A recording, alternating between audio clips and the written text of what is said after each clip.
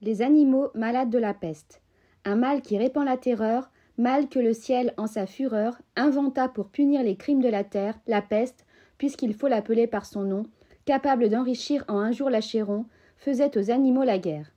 Ils ne mouraient pas tous, mais tous étaient frappés. On n'en voyait point d'occupés à chercher le soutien d'une mourante vie. Nul mets n'excitait leur envie, ni loup, ni renard n'épiait la douce et l'innocente proie. Les tourterelles se fuyaient, plus d'amour, partant plus de joie.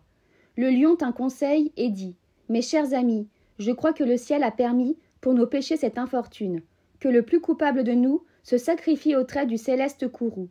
Peut-être il obtiendra la guérison commune. » L'histoire nous apprend quand de tels accidents ont fait de pareils dévouements. Ne nous flattons donc point.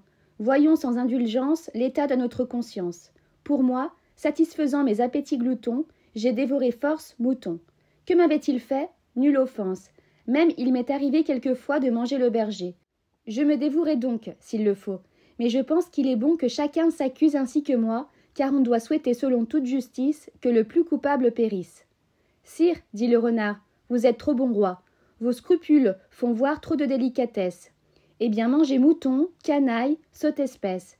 Est-ce un péché? Non, non, vous leur fîtes seigneur en les croquant beaucoup d'honneur. Et quant au berger, l'on peut dire qu'il était digne de tout mot. Étant de ces gens-là qui, sur les animaux, se font un chimérique empire. Ainsi, dit le renard, est flatteur d'applaudir. On n'osa trop approfondir, du tigre, ni de l'ours, ni des autres puissances, les moindres pardonnables offenses. Tous les gens querelleurs, jusqu'au simple matin, au dire de chacun, étaient de petits saints. L'âne vint à son tour et dit « J'ai souvenance, quand un pré de moine passant, la faim, l'occasion, l'herbe tendre, et je pense quelque diable aussi me poussant, je tondis de ce pré la largeur de ma langue. Je n'en avais nul droit, puisqu'il faut parler net. À ces mots, on cria haro sur le baudet. Un loup, quelque peu clair, prouva par sa harangue qu'il fallait dévouer ce maudit animal. Ce pelé, ce galeux, d'où venait tout leur mal. Sa pégadille fut jugée en cas pendable. Manger l'herbe d'autrui, quel crime abominable! Rien que la mort n'était capable d'expier son forfait. On le lui fit bien voir. Selon que vous serez puissant ou misérable, les jugements de cour vous rendront blanc ou noir.